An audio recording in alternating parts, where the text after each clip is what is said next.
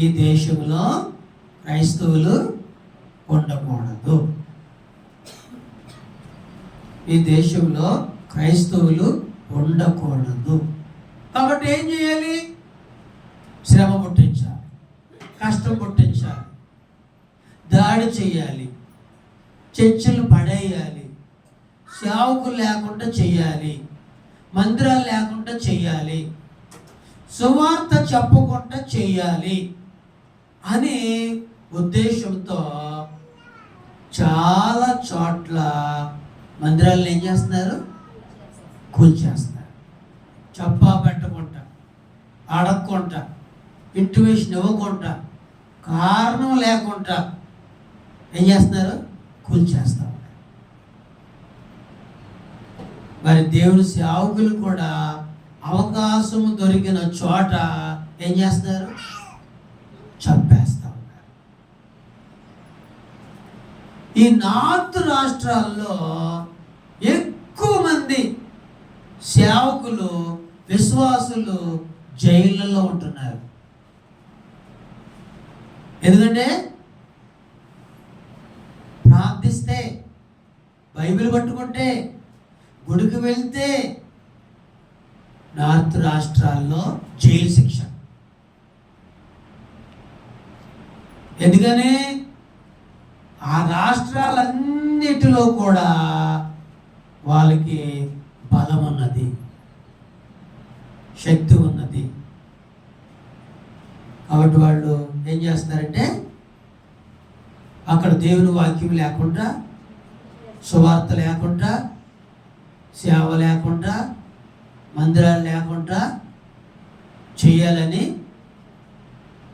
చూస్తూ ఉన్నారు.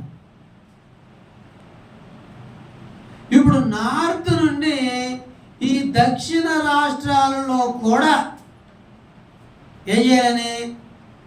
ఈ శ్రమలు పుట్టించాలా, ఈ కష్టాలు పుట్టించాలా, వీళ్ళు లేకుండా చెయ్యాలా, ఈ క్రైస్తవులు లేకుండా చేయాలా, ఈ క్రైస్తవులను తొలగించాలా అని ఉద్దేశాలు కలిగి ఉన్నాయి.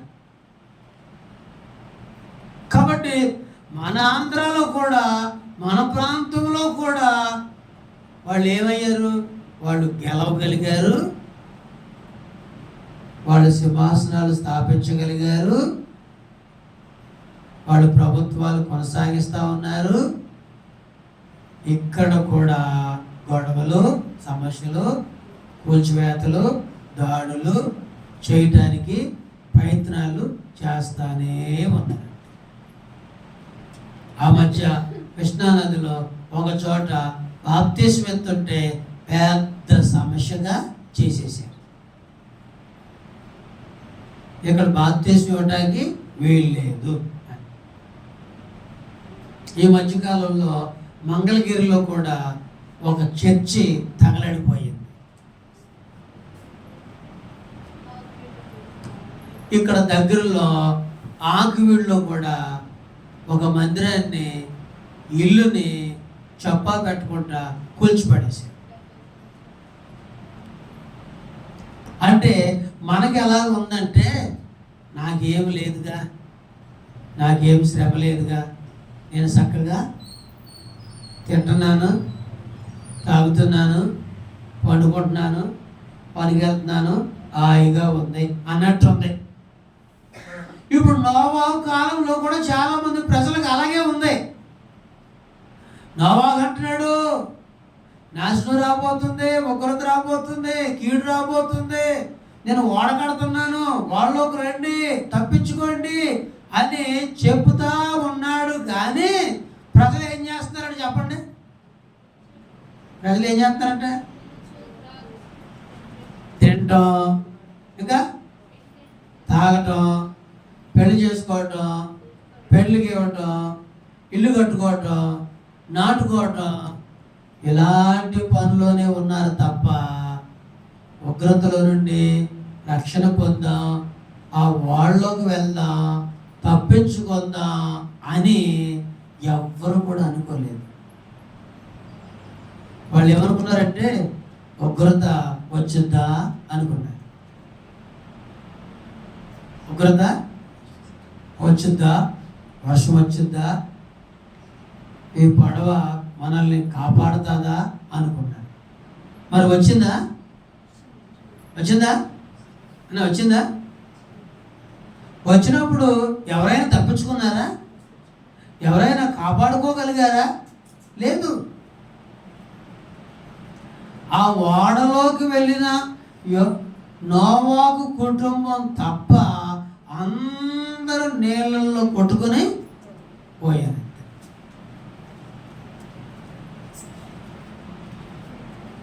నోవాహు కుటుంబం రక్షించబడింది. ఈ మాట గుర్తుపెట్టుకోండి.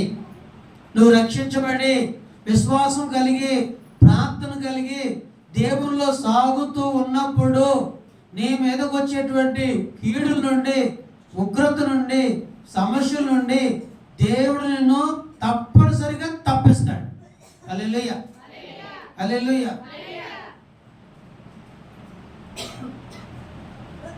రక్షణ లేకపోతే, వాళ్ళలోకి రాకపోతే ఎవరు కాపాడతారు నిన్ను? నువ్వు వాళ్ళలోకి రాలేదనుకో, నిన్ను ఎవరు కాపాడతారు? నువ్వు రక్షణ పొందట్లేదంటే నిన్ను ఎవరు కాపాడతారు? నిన్ను ఎవరు తప్పిస్తారు? చెప్పొచ్చుద్దా ఉగ్రత? ఏమ్మా చెప్పొచ్చుద్దా? మనకు చెప్పొచ్చుద్దా ఉగ్రత, కష్టం, శ్రమ చెప్పొచ్చుద్దా? చెప్పు రాదు కదా. చెప్పు రాదు కాబట్టి మనము మెలకువగా ఉండి తప్పించుకుంటే దేవుడు అద్భుతం చేస్తాడు, తప్పిస్తాడు, సహాయం చేస్తాడు. ఇప్పుడు మన మధ్య కొంచెంగా శ్రమ ఉంది. మరి మణిపూర్లో అయితే శ్రమ ఎలా ఉంది చెప్పండి? మణిపూర్లో అయితే శ్రమ ఎలాగుంది చెప్పండి ఒకసారి. మణిపూర్లో ఎలా శ్రమ వచ్చింది, అక్కడ ఎంత కష్టం వచ్చింది, అక్కడ ఎంత శ్రమ వచ్చింది, ఎన్ని రోజులు అడ్డుడుకు పోయారు ప్రజలు. కొన్ని వందల వేలు విశ్వాసులు గృహాలు కాల్చేశారు. వందల వేలు మందిరాలు కూల్చేశారు. దొరికిన బట్టు కాల్చారు, పొడిచారు, చంపారు, పీకలు తీశారు, తడిగులకి మొండాలు, తలకాయలు వేలాడదీశారు. ఎంతోమంది స్త్రీలను మానభంగాలు చేశారు. కొంతమంది స్త్రీలను నగ్నంగా వీధుల గుండా ఊరేగించారు.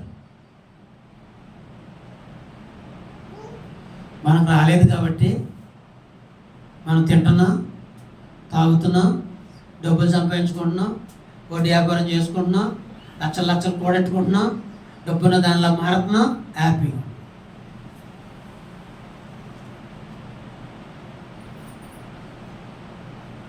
దేవుళ్ళు ఎదగటానికి, దేవుళ్ళు జీవించటానికి, రక్షణలోకి రావటానికి, వాక్యులు ఎదగటానికి, ప్రార్థనలో సాగటానికి, దేవుని కొరకు జీవించటానికి ఈ సుఖంలో ఉన్న క్రైస్తవులకి, ఈ సమృద్ధిలో ఉన్న క్రైస్తవులకి ఏమాత్రం ఎక్కట్లేదు. హల్లెలూయా, హల్లెలూయా. ఎక్కడో జరిగింది, మనం విన్నాం. కరోనా ఎక్కడ పుట్టింది? చైనాలో పుట్టింది. మీ ఊరు వచ్చిందా? ఎన్ని రోజులకి వచ్చింది? వెంటనే రాలా, నెలకే రాలా, 10 రోజులుగా రాలా, వారాలుగా రాలా. అక్కడెక్కడో ఉంది అనుకుంటూ భారతదేశంలోకి వచ్చింది. మన రాష్ట్రంలో హైదరాబాద్కి వచ్చింది. హైదరాబాద్ నుండి విజయవాడకి వచ్చేసింది. విజయవాడ నుండి నూజిలు వచ్చేసింది. నూజిల నుండి పట్టులకు వచ్చేసింది. ఎట్ట తెక్కుబంధం చేశారు?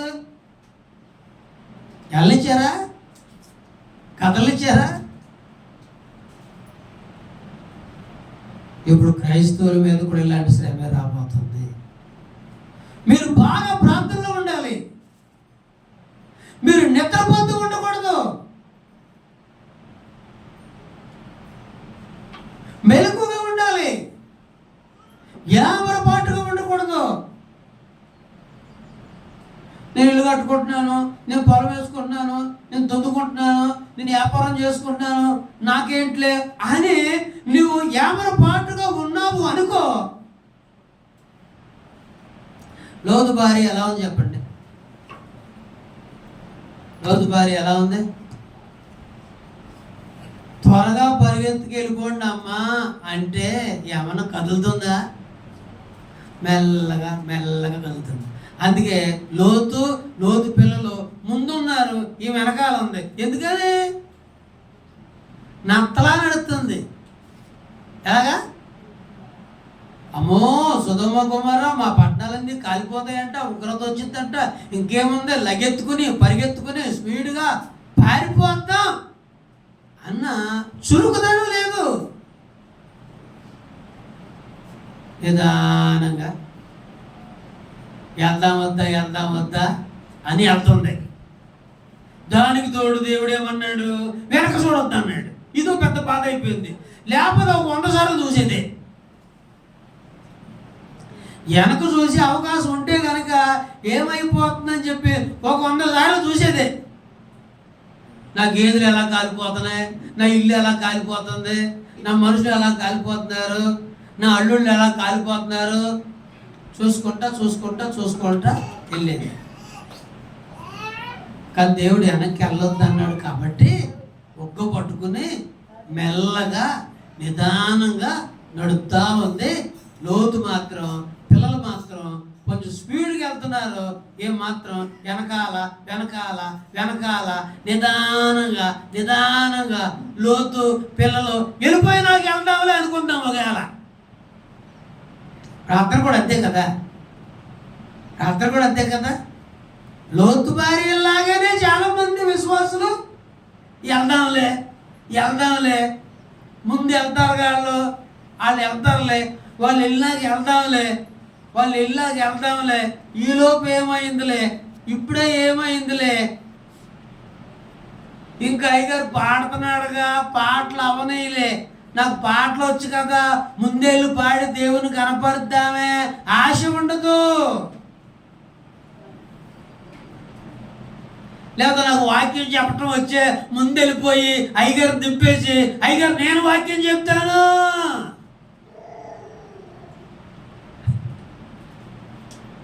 అయ్యగారు నువ్వు వాక్యం చదువుతాను, ఆశ ఉంటలా. మరి మీరు ఏం హెచ్చరిక తీసుకోవాలంటే, ఆశ లేని ఆమెకి, ఆసక్తి లేని ఆమెకి, శ్రద్ధ లేని ఆమెకి లోతు భార్య ఏమైంది చెప్పండి? ఏమైంది? ఎట్లా అయింది అంటే సొదొమ గొమొర్ర పట్టణానికి దగ్గరలోనే ఉన్నట్టుంది. అది కాలుతూ పేలుతూ ఆ అగ్ని రవ్వలు ఎగసు పడతా ఉంటాయి. అంతే. ఏం మీదకి ఉగ్రత వచ్చింది, అక్కడే ఉప్పు స్తంభంలాగా మారిపోయింది. ఆమె ఏమనుకుంటుంది ముందు? నేను బాగానే ఉన్నాను కదా, నేను కాలిపోను కదా, మేము వెళ్ళిపోతున్నాం కదా, దేవదూత వచ్చి మమ్మల్ని తప్పించింది కదా అనుకుని నిదానంగా చూస్తూ ఒక్కసారి ఇక ఉండలేక వెనక్కి చూసేసింది. మీకు ఎందుకు మాటలు చెప్తానంటే, మీకు ఎందుకు చెప్తానంటే, ఎట్లాగా మీరు ఆలస్యం ఇక కొద్ది కాలంకి ఏమవుతారంటే పూర్తి కూడా మానేస్తారు. అంటే హృదయం అంతా ఏమైపోతాక కొన్నాళ్ళు 1 గంటకి, కొన్నాళ్ళు 1:30కి, కొన్నాళ్ళు 2 గంటలకి, కొన్నాళ్ళు 2:30కి, కొన్నాళ్ళకి ముగింపు ప్రార్థనకి, ఇంకొన్నాళ్ళకి ఆ ప్రార్థన ఎందుకులే, పోతే పోనీలే, అంతా బాగానే ఉన్నాగా, బాగానే తింటున్నాగా, బాగానే కట్టుకుంటున్నాగా, డబ్బులు బాగానే వస్తాయి కదా, ప్రార్థన ఎందుకులే అని పూర్తిగా దేవుళ్ళో నుండి తొలగిపోయే ప్రమాదం వచ్చింది. అది ఈ ప్రమాదంలో మీరు పడకుండా ఉండాలి అంటే మీరు క్రమంగా దేవుళ్ళు సాగటం అలవాటు చేసుకోవాలి. దేవుని ఉగ్రత నుండి లోతు భార్య కూడా తప్పించుకోవాలి. ఇప్పుడు అక్కడ అక్కడ అక్కడ శ్రమలు, దాడులు జరుగుతున్నాయి. మీరు యూట్యూబ్లో చూస్తూ ఉండొచ్చు. ఎక్కడ వాక్యం చెప్తున్నా, ఎక్కడ సువార్త చెప్తున్నా, ఎక్కడ కరపత్రాలు పంచుతున్నా అడ్డు వచ్చి నీకు పర్మిషన్ ఉందా? నేను ఎవరు రమ్మన్నారు? నేను ఎవరు చెప్పమన్నారు? నువ్వు ఇక్కడికి ఎందుకు వచ్చావు? నువ్వు ఎందుకు చెప్తున్నావు అని గొడవ పెట్టేసుకోవటం, అల్లరి పుట్టించేయటం,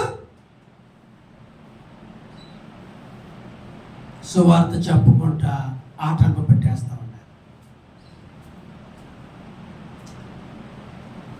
ఎందుకని మనకి ఇలాంటి శ్రమలు దాపరేస్తున్నాయి? ఇలాంటి కష్టాలు మనకి ఎందుకు దాపేస్తున్నాయి? ఇలాంటి శ్రమ ఎందుకు వస్తూ ఉంది? ఇలాంటి కష్టం ఎందుకు వస్తూ ఉంది?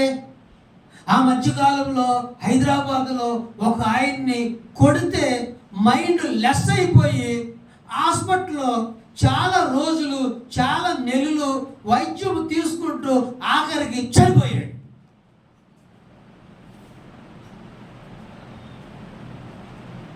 అంటే ఎలా ఉంటుందంటే మనకి తన దాకా వస్తేనే కానీ తలకాయ నొప్పి అర్థం కాదు. మీకు అప్పుడు అర్థమై ఉంటుంది. గొల్లపల్లిలో కూడా కరోనా వచ్చేసేసరికి అప్పుడు అర్థమై ఉంటుంది, అమ్మో ఇక్కడ కూడా వచ్చేసిందా. కదిలినా మెదిలినా, గాలి పీల్చుకున్నా, బయటకు వచ్చినా, తుమ్మినా, దగ్గినా, కళ్ళెట్టు చూసినా, కూర వండుకోవాలన్నా ఎన్ని భయాలతో అల్లాడిపోయాము.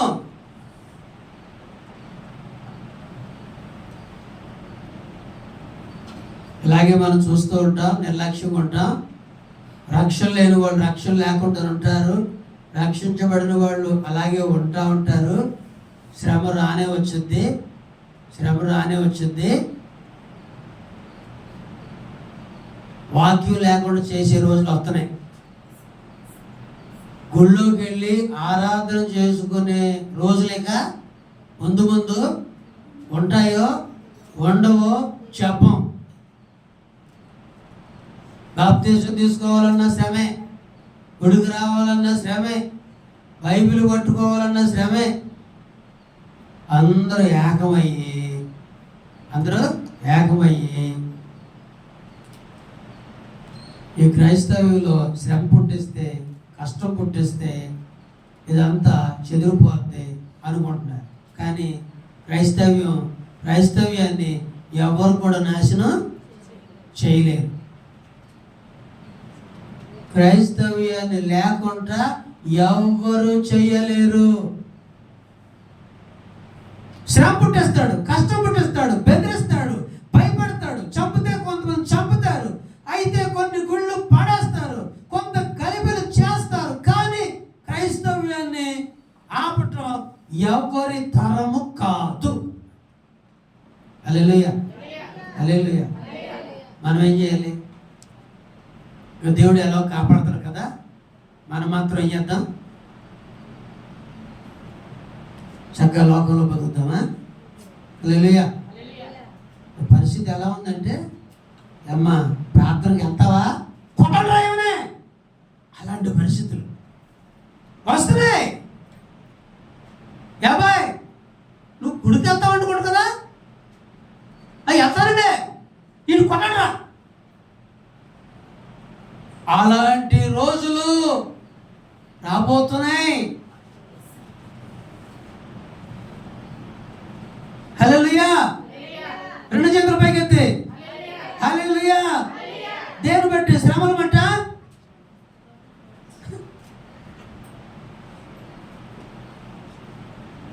కాబట్టి మీరు రోజులు ఎలా ఉన్నాయంటమ్మా? రోమపత్రిక చూడండి, రోమపత్రిక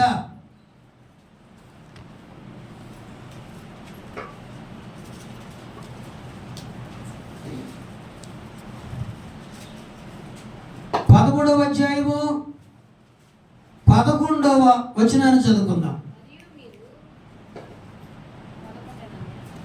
13, 11. మరియు మీరు కాలము నెరిగి నిద్ర మేలుకొను వేళ అయినదని తెలుసుకొని అలాగు చేయడి. మనం విశ్వాసులమైనప్పటికంటే ఇప్పుడు రక్షణ మనకు మరి సమీపముగా ఉన్నది. చూడండి, ఇప్పుడు రక్షణ సమీపముగా ఉన్నది. ఇప్పుడు రక్షణ పొందకపోతే, ఇలాంటి దాడుల వల్ల మరణిస్తే నువ్వు నరకానికి వెళ్ళిపోతావు. కాలము నెరగండి అంటున్నాడు. కాలాలు ఎలా ఉన్నాయి? ఇప్పుడు ప్రమాదంగా ఉన్నాయి. శ్రమకాలం లాగా ఉన్నది, కష్టకాలం లాగా ఉన్నది. దేవుని వాక్యం చెప్తుంది మరొక చోట, అపాయకరమైన కాలములు వచ్చునని తెలుసుకొనుము. అపాయకరమైన కాలములు వచ్చినని తెలుసుకోమని. వచ్చే కాలాలు మనం సుఖముగా నడిచేవి కాదు. వచ్చే కాలాలు నిద్రపోయేవిగా ఉండవు. టెన్షన్గా, భయంగా ఉంటుంది. కానీ దేవునితో ఉన్నప్పుడు, మన జీవితాలు మార్చుకుంటున్నప్పుడు, మనం చక్కగా దేవుల్లో సాగుతున్నప్పుడు, మన హృదయాలు మార్చుకుంటున్నప్పుడు, మన పరిస్థితులు మార్చుకుంటున్నప్పుడు, దేవుని కొరకు ఇష్టలుగా మనం జీవిస్తున్నప్పుడు, అలాంటి వాళ్ళని ఏ తరంలోనైనా ఏ కాలంలోనైనా దేవుడు ఏం చేస్తున్నాడు? రక్షిస్తా ఉన్నాడు. దేవుడు రక్షిస్తా ఉన్నాడు. నామకార్థ క్రైస్తవుల పరిస్థితి ఇంతే. పరిస్థితి ఎలా ఉంటుందంటే, నిజమైన క్రైస్తవులు ఎవరు, నామకార్థ క్రైస్తవులు ఎవరు ఇప్పుడు తేలిపోతూ ఉంటుంది. అన్నారా? పేతురుని అన్నారా? పేతురు నువ్వు వాళ్ళల్లో ఒకడవేగా అన్నారా? అంటే పేతురేమన్నాడు? రేపు మన పరిస్థితి అలాగే ఉంటున్నాం. నువ్వు ప్రార్థనకి వెళ్తావు కదా, గుడికి వెళ్తావు కదా, అబ్బే అసలు నాకు ప్రార్థనే తెలియదండి అంటాము. నిజమైన క్రైస్తవులు కాదనుకోండి, సరైన విశ్వాసం లేదనుకోండి, సరైన వాక్యం లేదనుకోండి, పేదలాగా మనం కూడా ఏం చేద్దాం? అబద్ధం ఆడేస్తాం. అసలు నాకు తెలియదండి అని తప్పించుకుంటాం. కాబట్టి వీళ్ళారా, దేవుళ్ళు ఎదగండి, వాక్యులు ఎదగండి, బలవంతులు అవ్వండి, ప్రార్థనలు మానవకండి, వాక్యం విని విశ్వాసంలో ఎదగండి. శ్రమ వచ్చినా నిలబడతాకి శక్తి పొందండి, కష్టం వచ్చినా నిలబడతాకి బలం పొందండి. అటు ఇటు ఊగే భక్తి ఉన్నామంటే పుట్టుకొని పోతాం. ప్రార్థన చేసుకుందాం. అందరూ మోకరించి కళ్ళు మూసుకొని విన్నటువంటి వాక్యాన్ని బట్టి మన జీవితాన్ని